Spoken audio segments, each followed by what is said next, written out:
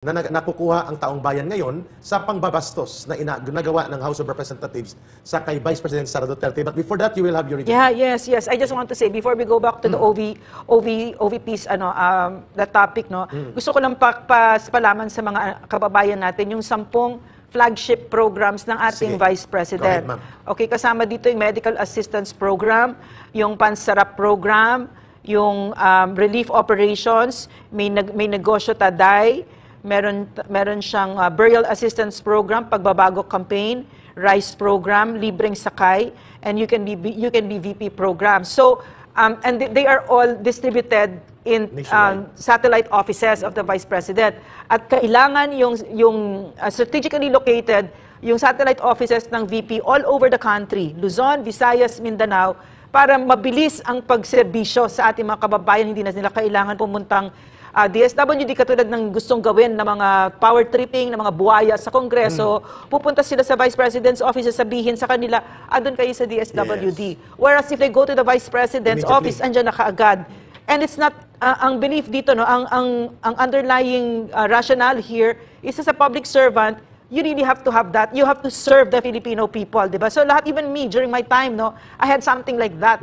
Because gusto mo magsilbi, di ba? Pag lumapit sa'yo, may bibigay ka, di ba? She's the Vice President. And she's the Vice President, yes, di ba? So, and you know, this Vice President is really, really amazing. Really amazing talaga. So, they want to cut her down with that budget, but you know what? She's not like you. She's not like you. She's not magnanakaw. Hindi siya magnanakaw. Hindi nga siya ganid sa kapangyarihan. She turned her back on a sure presidency. Yes, that's true. And why? Because she didn't feel like she was ready to serve as a president, no? And then now she's continuing serving, and like she said, she can serve whatever you give her, and she will serve because she really is a public servant. That's no? true. She's not like you. Stella Kimbo, how much is your bag? Ang 5 bag na naka-display sa kumakalat na picture is mga $5 million worth. So, no, one bag of Stella Kimbo, no, reportedly is 2.3 million. Yung Chanel yata niya. Yeah, something like that. It's so crass and so vulgar. Tell us the truth, teacher Stella. How much are your bags worth? Yes. And I know for a fact, no, that never mind. At kami ni Ma'am Lorraine, pwede po kami mag-demand sa iyo. Sana Yes. Mo. Kasi public official ka. And you cannot demand that anymore to a private person like Harry Roque. Yes. Private person na siya. Kay ikaw, saan mo kinuha ang pera mo? Stella Kimbo, saan nanggaling ang 2.5 million? And her watch pala. Yung Cartier? Yeah, was her Rolex is around 2-something million. And then the Vice President, we juxtaposed it. Yung kay Vice President, Timex na 17,000. Tapos yung rubber shoes na 7,000. You know what? In an ideal world na gusto natin ibalik, hindi natin dapat pinapalakpakan ng Vice President kapag gaganyan siya kasimple. Kasi yung kinalakihan ko, Eric, no, mga kababayan, payak talaga kapag public servant ka. At gusto ko bumalik sa gano'n. Nakita ko yun sa tatay ko, nakita ko yun sa mga uncles ko, kasi mga politiko, yung mga pamilya ko. No? So, sana bumalik doon. At alam mo kung ano ang guilt? Ano po ang kasalanan mo, Stella Kimbo? At mga kasabwat mong walang awa sa kababayan mong binabaha sa Marikina? 2 bagyo na bumabaha, nalulunod ang Marikina? Ostentatious display of wealth. Yeah. Ibig sabihin, walang kahihiyan na ipinangangalandakan mo ang pera na alam ng tao, hindi galing sa bulsa mo yan. Galing yan sa inyong diskarte sa mga pundo na pagmamayari ng mga taxpayers, sa kanilang buwis, sa kanilang pawis at tugo na pinaghirapan. Kaya, hindi ko mapigilan, nasundan yung sinabi ni Ma'am Lorraine, talagang mga walang hiya na po ang karamihan sa inyo dyan. At pupunta namin po itong ulat mula sa Senado na naninindigan na hindi naman tama. Na hindi bigyan ng budget o tamang budget ang Office of the Vice President. Tunghayan po natin ito.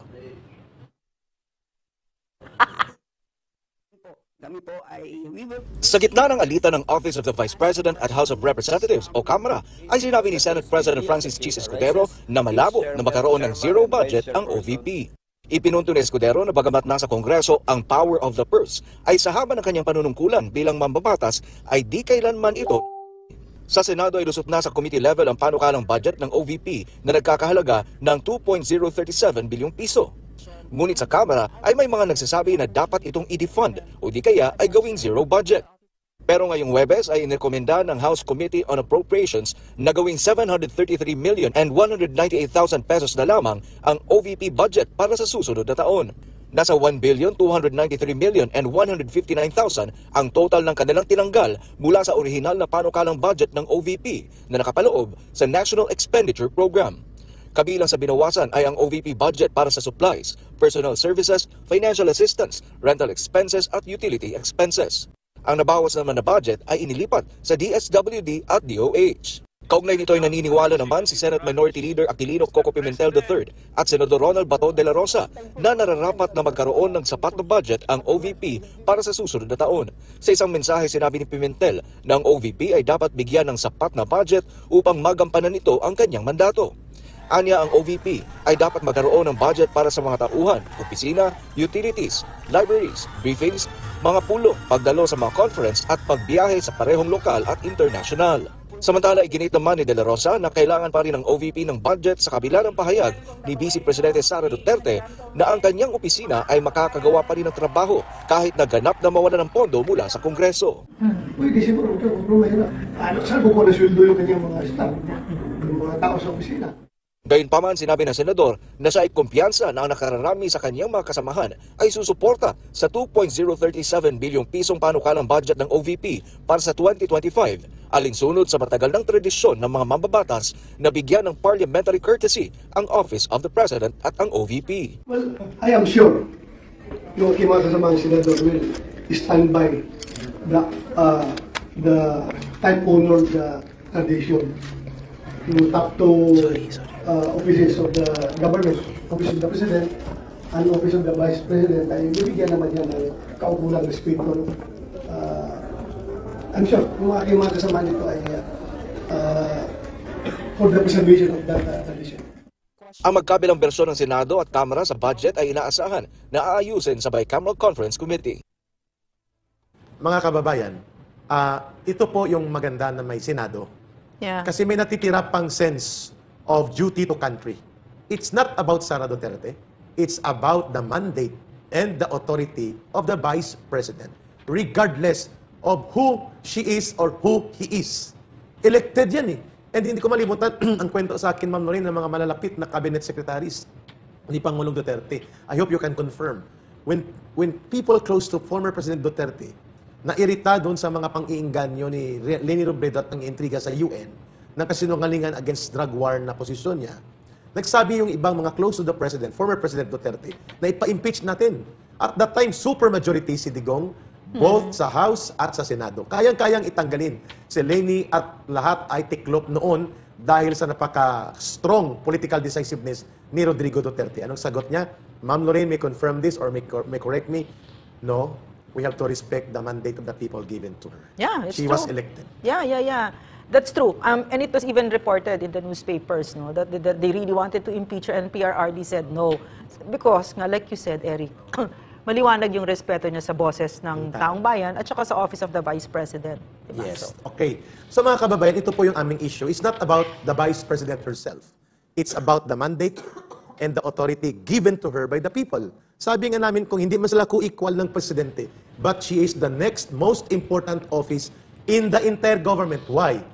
Because by the constitutional duty and mandate, siya po ang naka-standby na magiging Pangulo ng Pamahalaan ng Estado at ng Gobyerno ng Pilipinas in case na ang Pangulo ng Bansa ay may mangyari physically, sa health, sa mental, and even sa kanyang capacity to properly and legally discharge his duties at natanggal siya, the Vice President is mandated by the Constitution, the highest law of the land, to take over the powers of the presidency and run the government and head the government and the state. Hindi ba nakikita yan nila Stella Kimbo?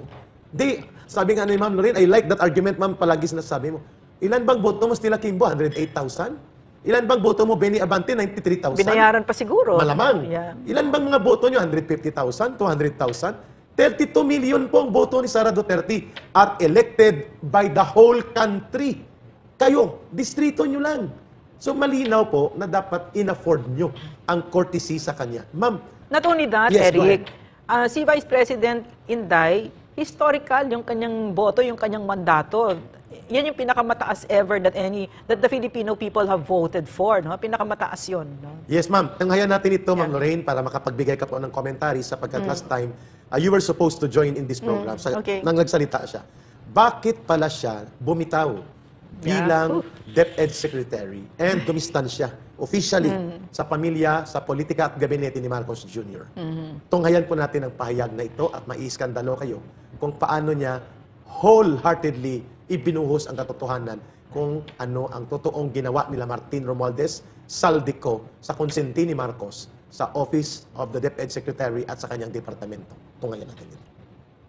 Hindi ako bratinela o spoiled brat. Ang budget ng Pilipinas ay hawak lang ng 2 tao. Ang budget ng Pilipinas ay hawak lang ng 2 tao. Hawak lang siya ni Congressman Zaldico at ni Congressman Martin Romualdez. Yan ang katotohanan. Halimbawa ko dito, medyo mahaba ito, kaya pagpasensyahan mo. Ang halimbawa ko dito, sa DepEd muna tayo. Sa Department of Education, noong taong 2023, merong 5 billion na inapprove para sa classroom construction. Nagulat ako kasi merong mga lumapit na miyembro ng House na humihingi. Hinihingi nila yung 5 billion, parte ng 5 billion na budget. Wala kasi akong experience sa ganyan. At saka ang pagkakaintindi ko, pag inapprove na yan ng Office of the President, ibibigay na yan, pagdediretso na yon sa approval at trabaho ng Department of Education sa construction ng mga classroom. Nagulat ako, may humingi. Magkano ba ang amin dyan, magkano ba ang amin dyan? So sinabi ko, hindi pwede ito. Kasi ang mangyayari nito, hindi magagawa ng Department of Education ang trabaho namin na mag-construct ng classroom ayon sa classroom backlog at sa prioritization base sa backlog at sa classroom construction. So sinabihan ko yung isang congressman, sabihan ninyo si Martin Romualdez na hindi pwede chap-chapin ang classroom construction na 5 billion. Kaya kung makikita ninyo sa budget proposal na approved ng Office of the President, 5 billion yon. Pero nung lumabas yung GAA o yung budget approved noong 2023, naging 15 billion siya. Dahil hindi nga ako pumayag na kunin yung 5 billion, dinagdagan nila ng 10 billion yung classroom construction ng Department of Education. Yung 10 billion na yon hindi kontrolado ng Department of Education. Controlled yon ni Congressman Zaldico at Congressman Martin Romualdez. Hindi ko na kailangan ng corroborative witness dito dahil makikita niyo yon sa papel. Makikita ng taong bayan yon sa papel. NEP, 5 billion, lumabas ang budget approved, 15 billion. So maiintindihan niyo, 'di ba? Bakit pa tayo magbo-budget hearing para sa Office of the Vice President? 2 tao lang naman ang nasusunod sa budget ng bayan natin. Halimbawa, taong 2024. Kung makikita niyo, ang approved na budget ng Office of the President para sa classroom construction ay 19 billion. Noong lumabas na ang House version ng Appropriations Bill ay naging 24 billion ito. So, approved 19 billion, paglabas sa House, naging 24 billion. At doon sa 24 billion na yon, kung hahanapin mo sa papel, kinuha nila ang 5 billion ng repairs ng classrooms at nilagay nila doon sa 19 billion para maging 24 billion siya. So, ang naiwan sa repairs, sa kawawang mga classroom, ay 1 billion. Kaya, makikita nyo, sa papel, nandyan yan. Naging 24 billion. At hindi lang yan, dahil noong 2023 ay hindi ako pumayag na hindi masunod yung DepEd na rules sa paano mag-classroom construction based on need. Ang ginawa ngayong 2024, in-attach nila ang listahan na kung saan gagawin ang mga classroom construction worth 17 billion. Makikita nyo yon sa papel. Pagdating namin sa Senate, nakita yon ng mga senador. Tinanong nila ang Department of Education, totoo ba o hindi totoo na galing sa inyo ang listahan ng 17 billion ng mga classroom construction. So sabi namin sa mga senador, hindi totoo. Hindi namin magagawa yung trabaho namin. Hindi natin masosolve ang classroom backlog kung ganito ang nangyayari. Pwede ba ninyo kaming tulungan? Yung mga senador naman, very helpful sila. Oo, tulungan namin kayo. Kaya nga kung makikita ninyo sa interpellation ng isang senador doon sa budget hearing sa Senate, tinanong niya diretso, galing ba sa DepEd ang listahan ng 17 billion? Galing ba sa DepEd ang listahan na inattach doon sa House version? Sinabi namin hindi. Hindi galing sa amin yan. On record yon. Makikita nyo sa mga videos, balikan nyo yung mga videos. Makikita nyo. Yes, my concern, Madam Chair, Mr. President, under the GAB, I observed that there was an increase in the budget for the construction of new classrooms from 19.6 billion to 24.6 billion. However, this is my concern, which you mentioned earlier, that the repairs and rehabilitation of classrooms was decreased from 6.5 billion to 1.5 billion. I also have information, Madam Chair, Mr. President, that 24.6 billion allocated under the GAB, but only 9.8 billion from the allocation is left to the discretion of DepEd. Kaya hindi ko na kailangan ng witness kasi makikita nyo sa papel. Tapos dumating ang BICAM, walang nangyari dahil ang nasusunod doon ay si Congressman Zaldico at si Congressman Martin Romualdez. Kaya nandun pa rin naka-attach yung 17 billion na ginawang listahan ni Co at ni Romualdez. In fact, balik lang ako konti sa'yo ha. Kahit yung mga congressman, nakikita nila yung problema ng ginawa nila na pag-attach ng listahan sa budget. Kasi doon sa basic education hearing noong May 2024 ng House of Representatives, merong isang congressman nagreklamo, bakit ang tagal ng classroom construction? Bakit ang tagal? Sabi nung USEC ng DepEd, kasi may pabago-bago sa listahan ng DPWH dahil hindi kami ang gumawa ng listahan. Mr. Chair, with respect to the 17 billion in Annex A of the GAA, we are not privy on how the school sites were chosen. So, be it as it may. How is it chosen? I'm not privy to that, Mr. Chair. When the gap came out, there was a 14.7 billion Annex A. Then when the committee, the GAA came out, from 14.7 it became 17 billion. So we are not privy to how the list was generated. So dagdag ko lang yan doon sa confirmation na kinuha nila yung budget ng DepEd. At isa yan sa mga rason kung bakit ako nag-resign sa Department of Education. Hindi na ako papayag na sa susunod na taon, ganyan pa rin ang gawin nila at ako yung mananagot sa ginagawa nila.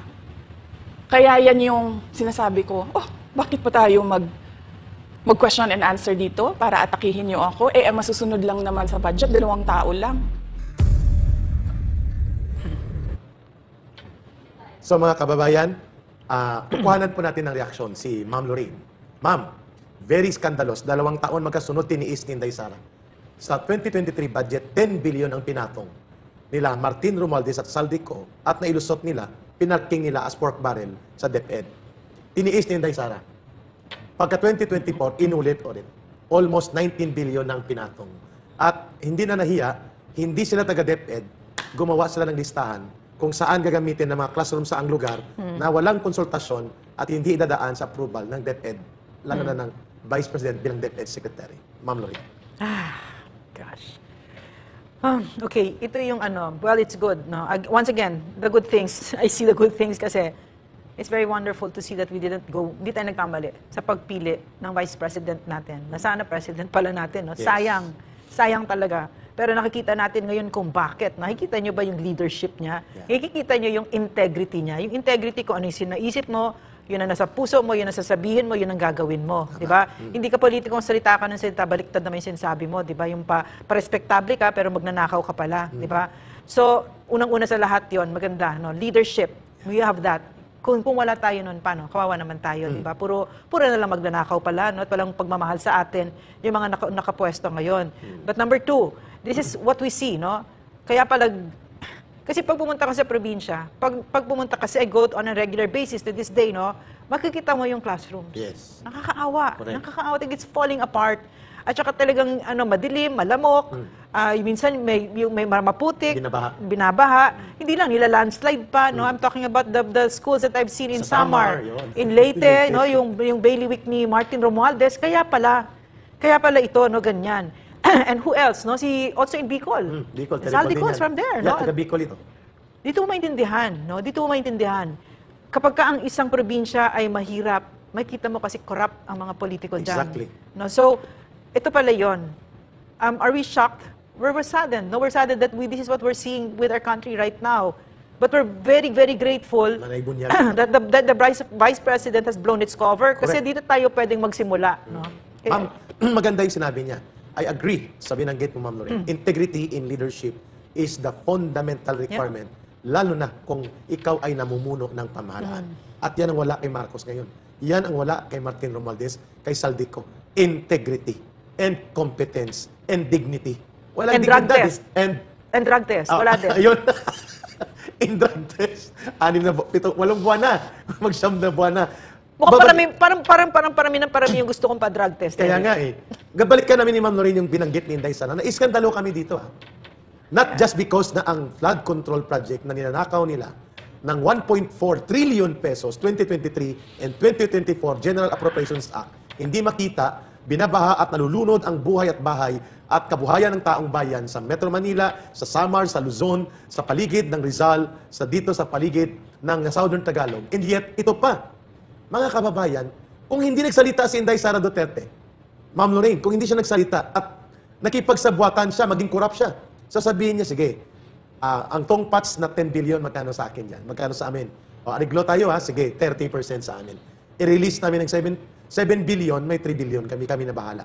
Do you think hindi papayagan yun? Papayagan yun nila Martin at Zaldico. Arigluhan yun eh. Pero hindi siya pumayag. Tumahimik siya, tiniis niya. For the sake na nasa loob pa siya ng gabinete ni Marcos Jr. Number 2, sa 19 billion na pinatong nila, dinagdagan pa ng 5 billion, naging 24 billion, dito na siya hindi nakatiis.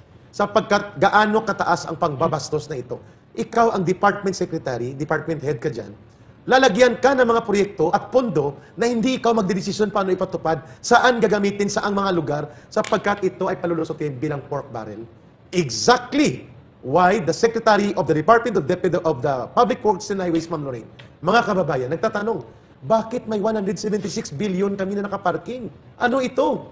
Siyempre, ginano na siya, ipos, tahimik. Yun pala, parehong-pareho, the way it is now being exposed by Sara Duterte. Thank you, Vice President Sara Duterte, for the courage and integrity that you maintained. You did not let yourself being corrupted. Pwede ka namang mag-areglo eh. Sige, sa 24 billion, sa amin ang 4 billion. Sa inyong 20 billion. Bahala na kami dito. Iyan po ang mga kalakaran kung papaano namumudmod ng pera ng taong bayan. Ito, si Martin Romualdez at si Zaldico. At siyempre, sino po may go signal niyan? The budget becomes a law and operational with the approval of the President. Do you think hindi siya nakikinabang dito? Come on. Yeah. It will not be true na wala silang pakinabang ng asawa niya. Bilyon pong pinag-uusapan. Hindi lamang 10 duling na 10 piso.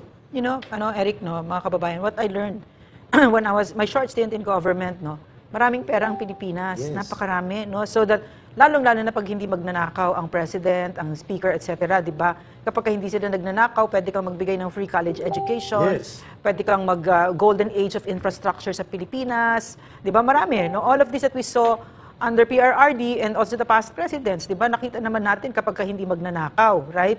But now we're seeing, no, also the incompetence Ma'am, kasi. nakalimutan ka. Yeah. Kaya mo magbigay ng 100 million a month para sa gamot at PGH. facilities ng PGH. Para mas maraming mga mahihirap ang maserbisyohan ng tama. That's true. Tsaka yung PhilHealth PhilHealth, ngayon. hindi mo na nakawin. Dahil may pundo Terrible. na. Oo. It's really Nakakaiyak terrible. sa galit. Ano, ang gagarapal talaga ng mga I ito. agree with that. Wala nang kahihiyan. At tsaka parang harapan, hayagan. Actually, no, Eric, mga kababayan, noon pa naman natin alam yan, mga insertions na yan. Noon pa natin naririnig yan, no? Pero the Vice President, Yeah. because of her office, no, she gave it that kind of prominence Yes. and that attention. Agree. And as a result of that, ipinasa niya sa atin. No? In other words, wag mawawala dito ang sense of outrage natin. Kasi pag ito tinanggap natin, ang ibig sabihin, pumapayag kayo. Pumapayag kayo, naninanakawan kayo. At yung mga bata, for instance, sa latest sa Samar, na yung mga classrooms nila madilim, maliit, na yung mud, yung kanilang sahig ay putik, no? Pumapayag kayo na ang Pilipino ganun, imbes na what will it look like kapag ang gobyerno ay hindi magnanakaw? Yung mga batang maliliit sa Samar, sa Negros, wherever. Sa Bicol, Yung kasama. sa Bicol, kasi nga si Saldico, nandyan siya, di ba? Pag hindi nagpapayaman ng mga politiko, at ang binibigay nila is those classrooms will be beautiful, di ba? And the children will have a library, they'll be able to play, no? And this is what we owe our children, our very beautiful country. And we have the money for that. Yes. Kasi hindi naman pera ni Lamartine Romualdez yan. Pera natin yan, no? Although kung gumalaw sila, parang pera nila, pag hindi tayo nagsalita at hindi natin sila sinabihan kung anong nasa isip natin, lalaki talaga ulo ng mga yan. Kita nyo naman ang lalaki ng mga ulo, high na high, di ba? Magpa-drug test tuloy. High na high kasi sinabi mo. Mukhang kasama ito sa dapat ipa-drug test. Ma'am,